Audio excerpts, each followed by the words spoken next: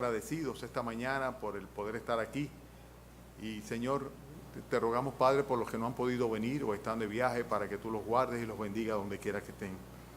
Queremos rogarte Señor en este tiempo que tu Santo Espíritu pues se derrame Señor sobre las mentes y corazones de cada uno de los que estamos bajo este techo Señor, para que podamos Padre pues recibir de ti lo que tú tienes en tu palabra como alimento para nuestras almas, la porción específica que necesitamos para poder Señor vivir la vida eterna en este tiempo, Señor. Te rogamos, Padre, por nuestro hermano Ron. Queremos interceder delante de ti por él, Señor, para que tu gracia y tu misericordia le alcance, Señor. Dale la oportunidad, Señor, de poder seguir ministrando en este tiempo, aquí en esta tierra, Señor. Permite que su organismo se recupere, Señor. Ya una vez tú lo sacaste, Padre, de riesgo de muerte. Y te rogamos, Señor, que una vez más nos conceda, Señor, el poder verle y verle sirviéndote y animado, Señor, y restituido, Señor. Te rogamos que tu misericordia le alcance, Señor, en todo sentido, y que su alma, Señor, pueda descansar confiada en ti, de manera tal, Señor, de que pueda tener no solamente la seguridad del reposo eterno, sino también su familia, poder tener también la seguridad, Señor, y la tranquilidad de poder tenerle en medio de él, Señor, de ellos, Señor, en medio nuestro en este tiempo. Te rogamos, Padre, que también nos ayudes a predicar tu palabra con idoneidad para que sea de bendición a cada uno de los oyentes. Y hacemos esto, Señor, o pedimos esto en el nombre del Señor Jesucristo. Amén. Pueden sentarse, hermanos. Vamos a buscar nuestro texto en esta mañana. Seguimos en el Evangelio de San Juan, es el capítulo 7. Juan capítulo 7. No voy a comenzar hasta que todos estemos sentados. Juan capítulo 7.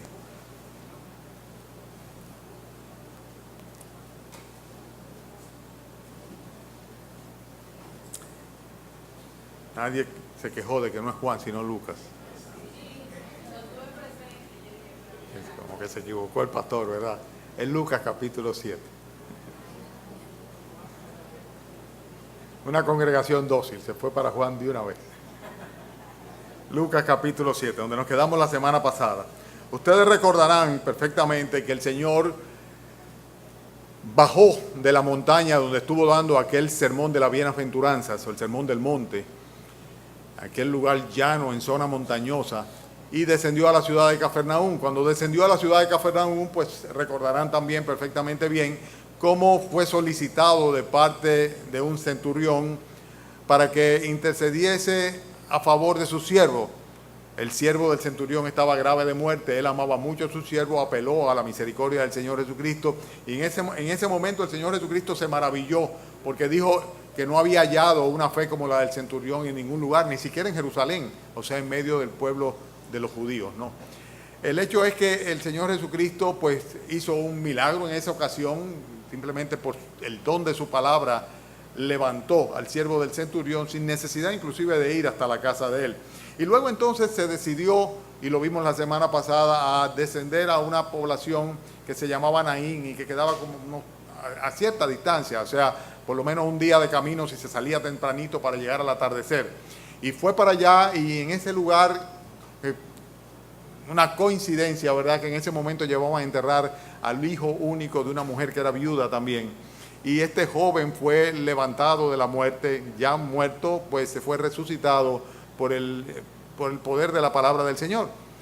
O sea, que el Señor Jesucristo estaba obrando milagros que estaban haciéndose evidentes delante de mucha gente, porque había una multitud que de manera regular le seguía de un lugar a otro, más se juntaban aquellas multitudes de los lugares donde él llegaba, como el caso de Naín, que estaba todo el pueblo enterrando a ese difunto, y se juntaron con la multitud que venía pues junto con el Señor Jesucristo. ¿Qué sucede? Que la fama del Señor Jesucristo sigue expandiendo.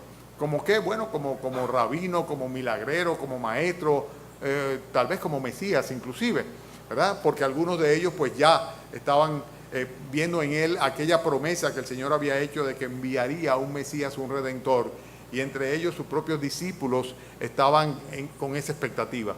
Sea como sea, el hecho real es que el Señor Jesucristo llega a los oídos de una persona que le era cercana y conocida, inclusive pariente, su primo, que era Juan el Bautista, y el cual estaba detenido prisionero en la cárcel. Juan el Bautista fue informado de los milagros que el Señor Jesucristo estaba haciendo, y cuando fue informado, pues se cuestionó si realmente aquella persona de la cual él había dicho, he aquí el Cordero de Dios que quita el pecado del mundo, porque el Espíritu Santo se lo había señalado descendiendo en forma de paloma sobre él, de que ese era aquel al cual él había sido enviado a preparar el camino para su llegada, o sea, el Mesías, el Hijo de Dios. Si era la misma persona que estaba haciendo esos milagros y de la cual le estaban hablando. En cualquiera de los casos es cierto que hubo una cierta duda de parte de Juan, y una duda que él simplemente pues envió a sus discípulos a que constataran si se trataba del mismo Mesías que estaba esperando él y todo el pueblo, o era alguna otra persona. Dice el versículo 18, Lucas capítulo 7, versículo 18. Los discípulos de Juan le dieron las nuevas de todas estas cosas, y llamó Juan a 2 de sus discípulos y los envió a Jesús para preguntarle, ¿eres tú el que habría de venir o esperaremos a otro? Cuando pues los hombres vinieron a él, le dijeron, Juan el Bautista nos ha enviado a ti para preguntarte, ¿eres tú el que habrías de venir o esperaremos a otro? En esa misma hora sanó a muchos de enfermedades y plagas y de espíritus malos, y a muchos ciegos les dio la vista, y respondiendo Jesús les dijo, id a hacer saber a Juan lo que habéis visto y oído. Los ciegos ven, los cojos andan, los leprosos son limpiados, los sordos oyen, los muertos son resucitados, y a los pobres es anunciado el Evangelio. Después de todo esto, el Señor Jesucristo emite 3 declaraciones solemnes, las cuales están comprendidas en este pasaje. Y precisamente sobre esto es que yo quiero poner el énfasis en esta mañana. He titulado el mensaje de esta mañana 3 solemnes declaraciones que vienen precisamente de los labios de nuestro Señor Jesucristo. La primera de ellas está a continuación de donde nos quedamos leyendo, cuando Él dice, y bienaventurado es aquel que no halle tropiezo en mí. La primera declaración solemne, como le llamo yo, una solemne declaración, algo que tenemos que tomar en cuenta por la procedencia y por el carácter con el cual el Señor Jesucristo le está emitiendo, es esta declaración, bienaventurado es aquel que no halle tropiezo en mí. Y de lo que está hablando el Señor Jesucristo es pura y simplemente del hecho de que la actitud que nosotros tengamos con respecto a nuestro Señor Jesucristo va a ser determinante completamente en cuanto a lo que habrá de ser nuestro futuro. Por eso dice el Señor, bienaventurado aquel que no halle tropiezo en mí. La palabra tropiezo que aparece aquí es la palabra escandalice. Y es lo que sucede precisamente a los incrédulos con la persona del Salvador. Hay personas, como esta misma semana me encontraba yo conversando con una señora, que su problema es precisamente con la persona de nuestro Señor Jesucristo, porque no tiene problema con creer en Dios, no tiene problema con Dios Padre, ¿no? Pero cuando ya le hablan del Señor Jesucristo, pues tiene una influencia que viene de los testigos de Jehová, esta señora, mediante la cual le era prácticamente imposible ver en Jesucristo la misma persona del Dios eterno.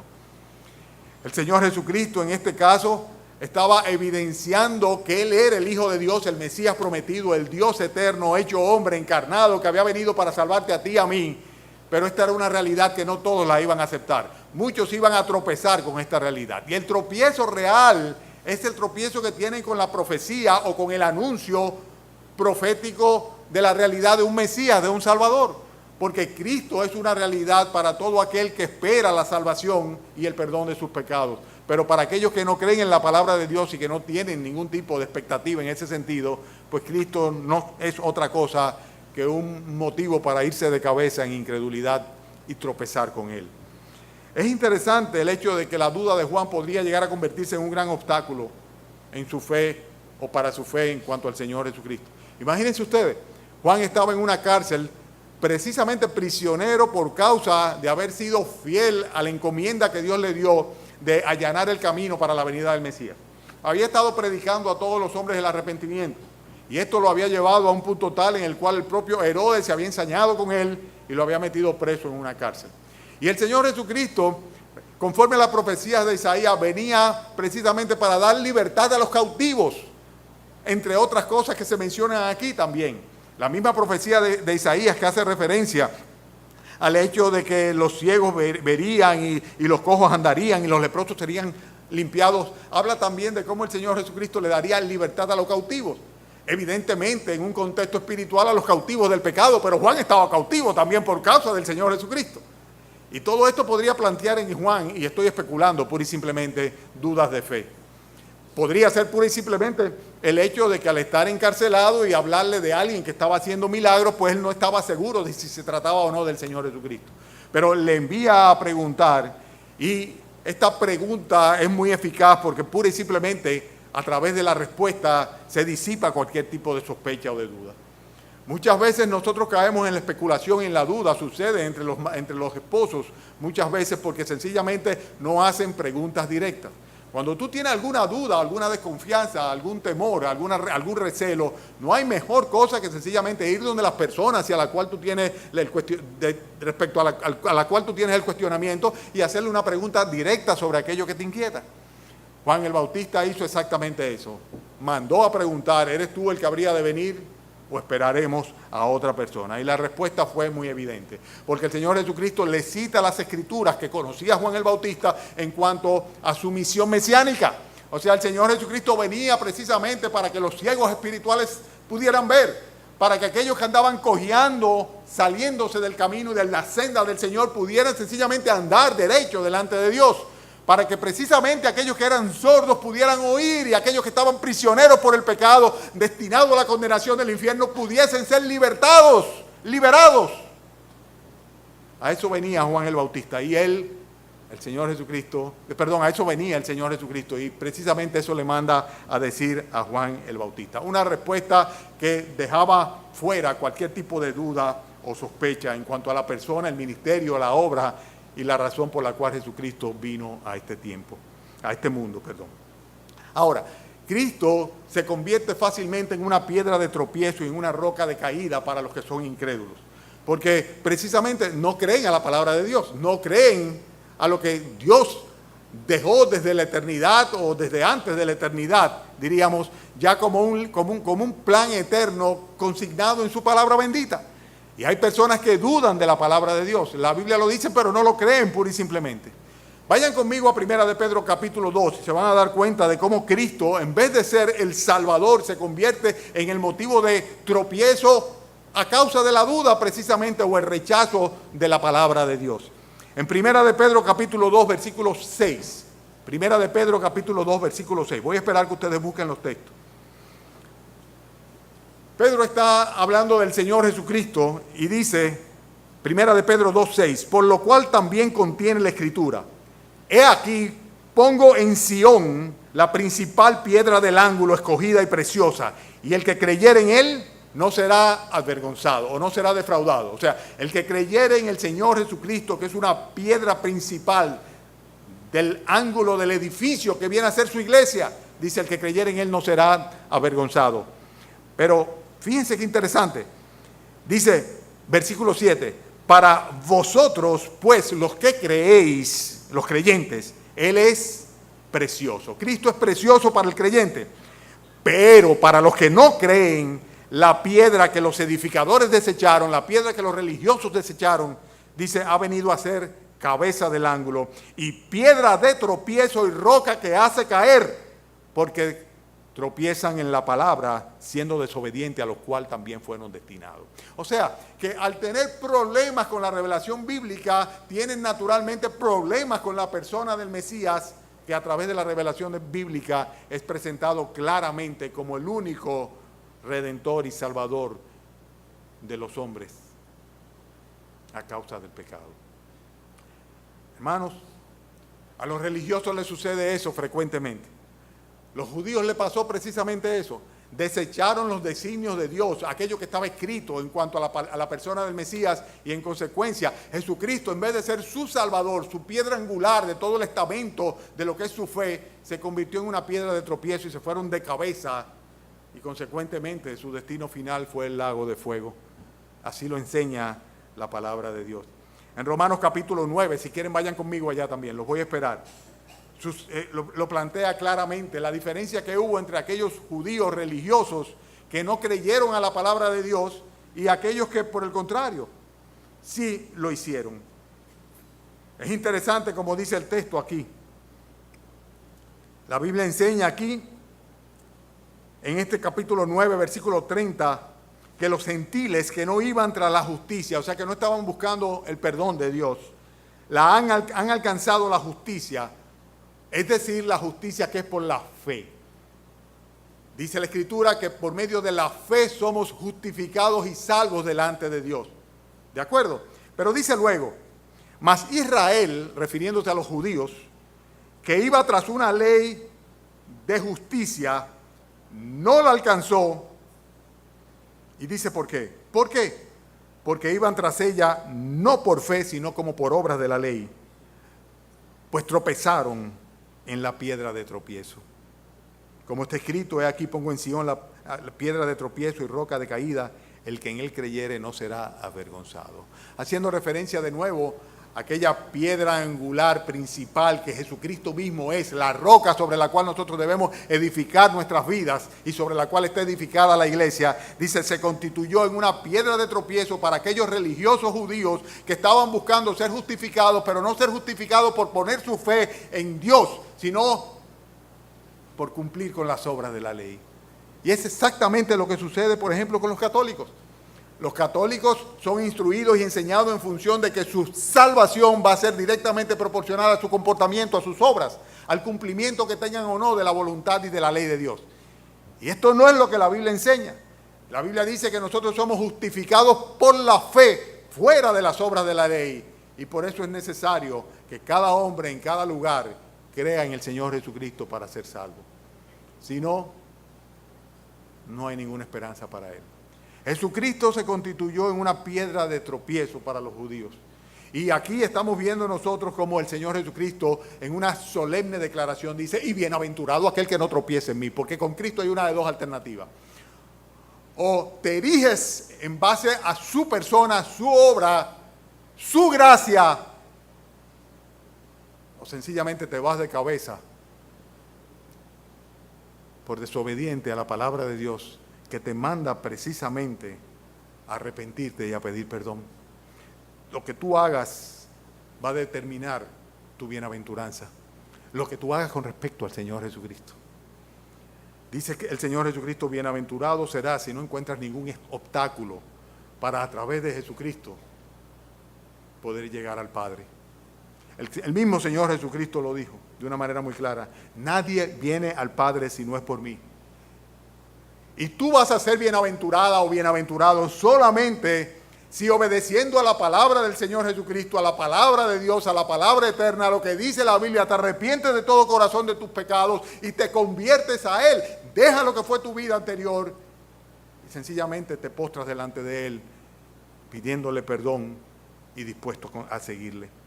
El requerimiento del Señor Jesucristo es de dejarlo todo y seguirle. Recuerden al joven rico, que se fue muy triste. ¿Por qué? Porque sencillamente no estuvo dispuesto a responder al llamado del Señor Jesucristo cuando le dijo, déjalo todo y ven y sígueme. Seremos bienaventurados en la medida que en lugar de tropezar con el Señor Jesucristo, nosotros estemos dispuestos a responder a sus demandas de santidad y de consagración o de servicio. Bienaventurado aquel que no haya tropiezo en mí. Aquel que no haya tropiezo en el Señor Jesucristo es aquel que acepta, cree, profesa, practica lo que la palabra de Dios dice en cuanto a su persona y su obra. ¿Es Cristo tu Salvador? Entonces sencillamente no estás siendo bienaventurado y no lo vas a hacer jamás, porque Cristo, si no es tu Salvador, es aquel que te juzgará y te condenará por incredulidad al infierno eterno. Una solemne declaración. Dichoso o bienaventurado aquel que no halle tropiezo en mí. ¿Cuántas declaraciones les dije que hay aquí en este pasaje? Entonces vamos a la segunda. ¿Les parece? Qué bueno. Amén. La segunda está en la porción que sigue. La porción que sigue, en el versículo 24, dice, cuando se fueron los mensajeros de Juan, comenzó a decir de Juan a la gente, ¿qué salisteis a ver al desierto? ¿Una caña sacudida por el viento? Mas, ¿qué salisteis a ver? ¿A un hombre cubierto de vestiduras delicadas? He aquí los que tienen vestidura preciosa y viven en deleites, en los palacios de los reyes están. ¿Mas qué salisteis a ver? ¿A un profeta? Sí os digo, y más que profeta. Este es de quien está escrito: he aquí envío mi mensajero delante de tu faz, el cual preparará tu camino delante de ti. Y ahí viene la declaración: os digo que entre los nacidos de mujer no hay mayor profeta que Juan el Bautista. Pero el más pequeño en el reino de Dios es mayor que él. La segunda declaración es clara: la grandeza de los hombres se mide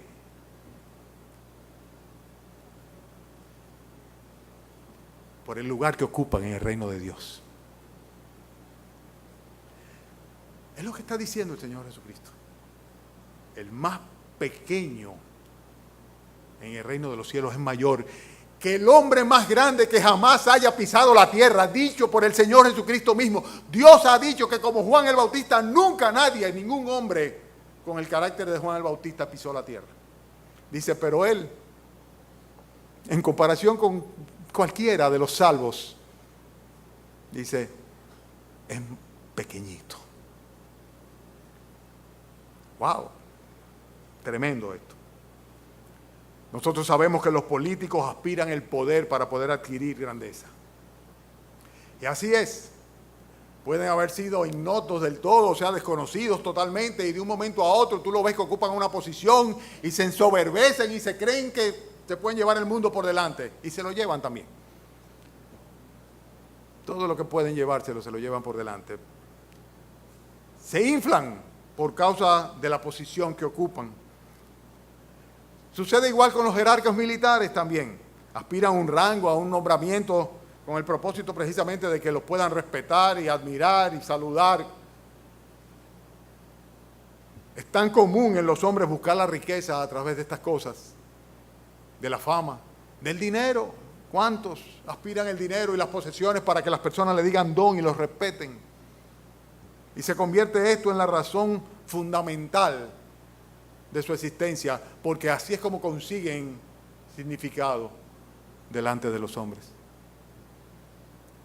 Pero la escala de medida del Señor Jesucristo, los valores del Señor son completamente diferentes. La vara, no puedo decir el metro, pero la forma como Dios mide a los hombres en cuanto a su grandeza delante de Él, la forma como Dios te valora a ti y a mí no depende en absoluto de la posición, el lugar, la importancia que tengamos nosotros en este tiempo, en este mundo. Ayer decía el misionero Wesley Ley, pena por los que no estuvieron aquí, de cómo él tiene la plena y absoluta convicción, porque la Biblia así lo enseña, de que la más insignificante persona en la población más pobre que pueda haber es tan importante como la más encumbrada en la nación más rica del mundo. A veces pensamos que hay distintos calibres o calidades de almas, y para Dios todas las almas son iguales y todas son de Él. Sin embargo, muchas veces pensamos que somos importantes. Y a veces pensamos inclusive que somos importantes para Dios en función de la posición que tenemos en esta tierra, en este mundo. Aún posiciones religiosas. Y esto es triste. ¿En qué consistió la grandeza de Juan? El texto nos lo dice aquí, lo hemos visto nosotros. En primer lugar, cuando le dice el Señor, ¿qué salisteis a ver al desierto? Le dice a un hombre, versículo 25, versículo 24, a una caña sacudida por el viento. La grandeza de Juan es precisamente que no fue una caña sacudida por el viento, no fue una persona que se inclinaba conforme a las direcciones, fue una persona con convicciones y no importaba el riesgo, las consecuencias. Él tenía convicciones que lo habían enraizado de una manera tal de que no importaba que fuese el propio Herodes que se presentara delante de él, era capaz de decirle, eres un adúltero, no te es lícito tener la mujer de tu hermano. Personas con convicción firme, convicciones escriturales. Él no fue una persona que iba como Vicente a donde iba la gente. que se dejaba malear en función de la temperatura. Fue una persona que sencillamente renunció de un todo a buscar la aprobación de los hombres, se fue al desierto y cuando se acercaron a él, habló de parte de Dios, en nombre de Dios, e invitó a los hombres al arrepentimiento. Dice más de Juan. En el versículo que sigue, versículo 25, dice: mas que salisteis a ver a un hombre cubierto de vestiduras delicadas. He aquí los que tienen vestiduras preciosas viven en deleites y en los palacios de los reyes están. En otras palabras, Juan, ¿en qué consistió la grandeza de Juan? No consistió de ninguna manera en que fue un cortesano o ni siquiera un principal o rey en un palacio. No consistió de ninguna manera en que él se supeditó y disfrutó y gozó de los placeres y los deleites mundanos, en que vivió la gran vida, en que tuvo muchos siervos, en que tuvo un lugar de renombre. Todo lo contrario. Todo lo contrario. No fue de ninguna manera una persona sujeta a los placeres y a los deleites. ¿En qué consistió la grandeza de Juan? En que fue un mensajero del Altísimo. Un hombre ante el cual los reyes y los demonios temblaban porque hablaba en el nombre del Señor. En eso consistió la grandeza de Juan. Consistió su grandeza en que fue precursor, anunciador, proclamador de la redención que vendría a través de nuestro Señor Jesucristo para todos los hombres. Esa fue la grandeza de Juan. Ciertamente, que de los nacidos de mujer, ningún hombre como Juan el Bautista. Pero hay una solemne declaración del Señor: el más pequeño en el reino de los cielos mayor es que él. Las virtudes humanas de Juan no son en absoluto ni siquiera comparables con aquellas que el Señor Jesucristo habrá de impartir entre los que van a reinar juntamente con él, entre los herederos del reino. Fíjense, Juan no está siendo valorado por el Señor Jesucristo en función de su posición entre los hombres, sino en función de su posición respecto a él mismo, en cuanto a su carácter, su fidelidad, su ministerio, su compromiso, lo que lo llevaría a la muerte. Y aún así, dice: el más pequeño en el reino de los cielos mayor es que él. Entonces, hay una solemne declaración. La verdadera grandeza no está clasificada ni por los hombres ni en medio de los hombres, sino que es la que proviene de Dios. No en vano dijo el Señor: ¿de qué le aprovecha al hombre si gana todo el mundo y se pierde su alma? Si tú crees que tu vida aquí es útil para algo, si tú crees que los años que te quedan por vivir, muchos o pocos, pueden ser valiosos en alguna forma, que lo sean porque los emplees, los utilices para el reino de los cielos. El más pequeño en el reino de los cielos mayor es que él. Son 3 declaraciones y van 2. Vamos con la tercera. Versículo 29. Todo el pueblo y los publicanos, cuando lo oyeron, justificaron a Dios, bautizándose con el bautismo de Juan. Mas los fariseos y los intérpretes de la ley desecharon los designios de Dios respecto de sí mismos, no siendo bautizados por Juan. Y les dijo el Señor: ¿a qué pues compararé los hombres de esta generación y a qué son semejantes? Semejantes son a los muchachos sentados en la plaza que dan voces unos a otros y dicen: os tocamos flauta y no bailasteis, os endechamos y no llorasteis. Porque vino Juan el Bautista, que ni comía pan ni bebía vino, y decís: demonio tiene. Vino el Hijo del Hombre, que come y bebe, y decís: este es un hombre comelón y bebedor de vino, amigo de publicanos y pecadores. Y ahí viene la declaración. Versículo 35. Mas la sabiduría es justificada por sus hijos.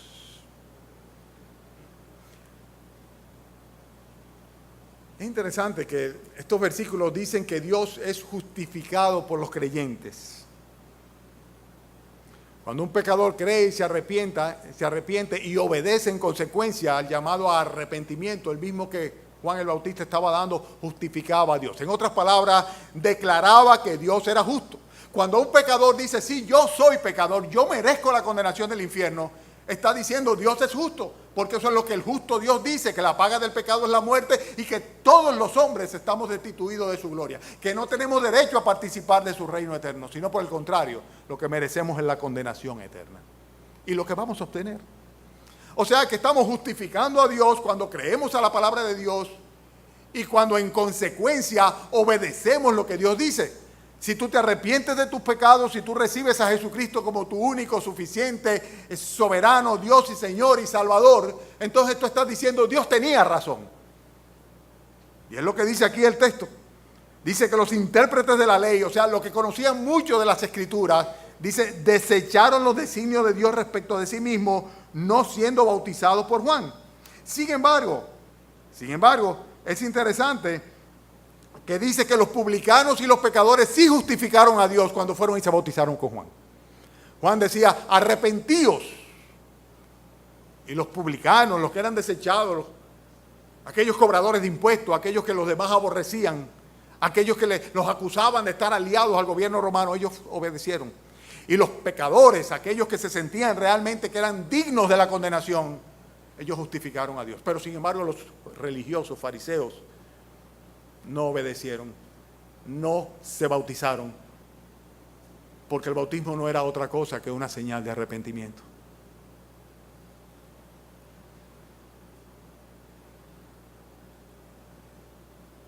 A veces no es suficiente con conocer lo que la Biblia dice. Si tú sabes lo que la Biblia dice y no lo obedeces, dice el Señor Jesucristo, mayor pecado tienes.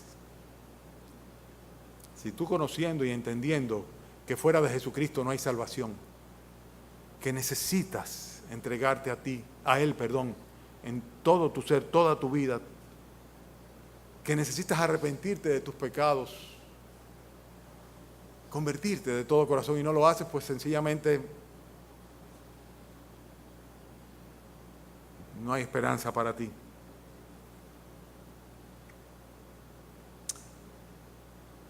Y aquí dice que la generación, dice el Señor, esta generación es de el tipo de persona en el cual si le tocan la flauta, no cantan. Y si le llaman a endechar o a llorar, tampoco lloran, pero que siempre están muy dispuestos a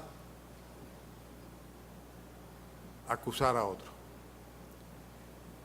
Y lo que estaban haciendo ellos era muy sencillo. A Juan el Bautista le dijeron un endemoniado, porque con la manera como él está predicando arrepentimiento, tiene que ser guiado por demonios. Al Señor Jesucristo le decía, no es más que un bebedor, un pecador, un amigo de pecadores, otro pecador más. Mas, sin embargo, hay una solemne declaración del Señor Jesucristo cuando al final dice, mas la sabiduría es justificada por sus hijos. Hay personas que son así.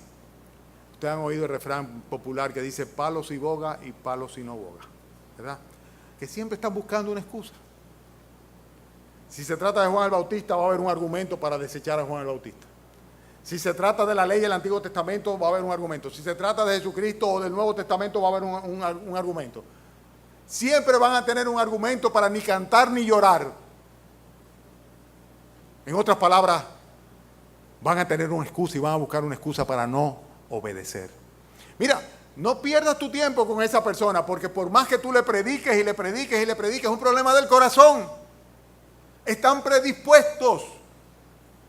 Y si es Juan o si es el Señor Jesucristo, como quiera, están predispuestos, van a buscar argumentos y excusas para no entregarse a Él, para no arrepentirse. Y esto es lo que está diciendo el Señor Jesucristo.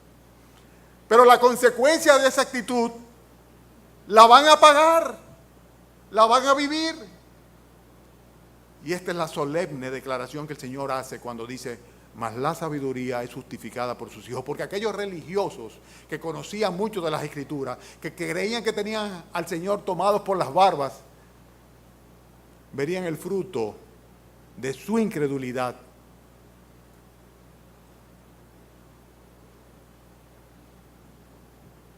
Y cuando lo hagan, cuando lo hicieron,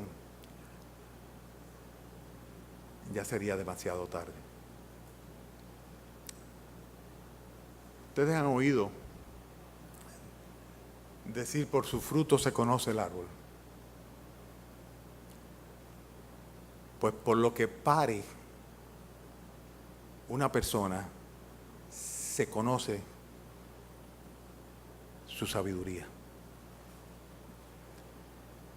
No sé si me captan, pero si realmente eres más sabio que conocedor, si llegas ciertamente a actuar de una manera sabia respecto a Dios, respecto a la persona del Señor Jesucristo, y en consecuencia, pura y simplemente obedece lo que Él dice, y si es de bautizarte, te bautiza, y si es de profesar fe, te profesa fe, y si es de convertirte, te convierte, y si es de... Tú vas a evidenciar la sabiduría que terminará finalmente justificándose. La sabiduría es justificada por sus hijos. Pero si por el contrario no es así, tarde o temprano tú misma te vas a dar cuenta, tú mismita te vas a dar cuenta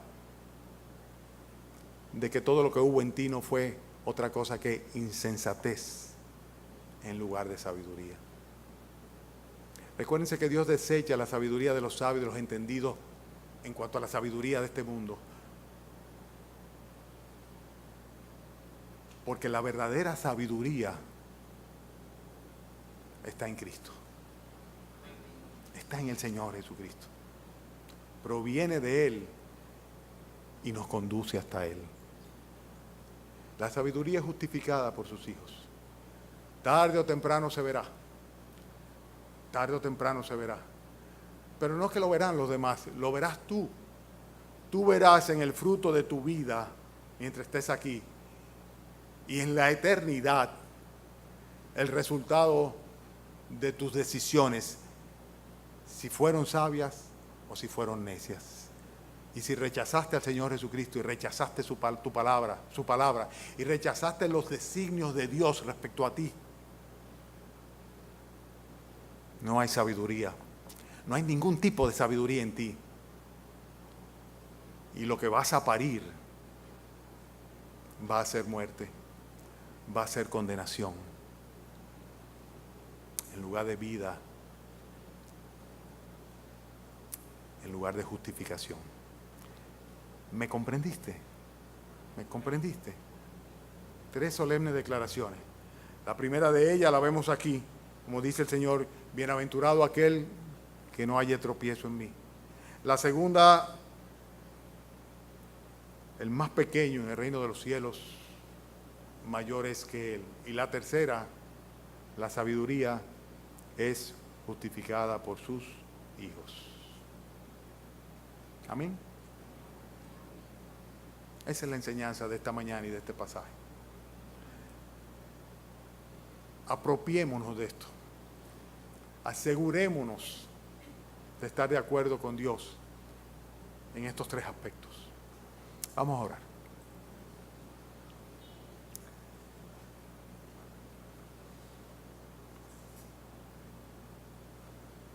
Padre, no permitas que entre nosotros haya ningún insensato que con un argumento u otro, con una excusa u otra, no aprecie en el Señor Jesucristo la oportunidad de salvación que tiene, y que por el contrario tu Hijo Jesucristo sea un tropiezo para que Él pueda llegar al reino de los cielos. Oh Señor mío, permite, Padre, la bienaventuranza de no tropezar en ti a aquellos que todavía no han depositado su fe en el Salvador. También, Señor, Ayúdanos, Padre, a tener la perspectiva tuya y a afanarnos menos, Señor, por buscar la grandeza, la importancia, el confort, la prosperidad en este tiempo, cuando todo esto, Señor, realmente no va a tener ningún valor en el reino de los cielos. Permite, Padre, que nos enfoquemos, Señor, en tener tu aprobación y la grandeza que proviene de ti. Bendice esta tu iglesia local, Señor. Te rogamos, Padre, que esta noche nos concedas el honor de poder partir el pan junto contigo, Señor, celebrando la muerte y redención, Señor, que tu Hijo Jesucristo nos brindó en el Calvario. Permite que puedan los hermanos sin tropiezos llegar en buen número esta noche, Señor. Y despídenos con tu bendición. Te lo suplicamos en el nombre del Señor Jesucristo. Amén.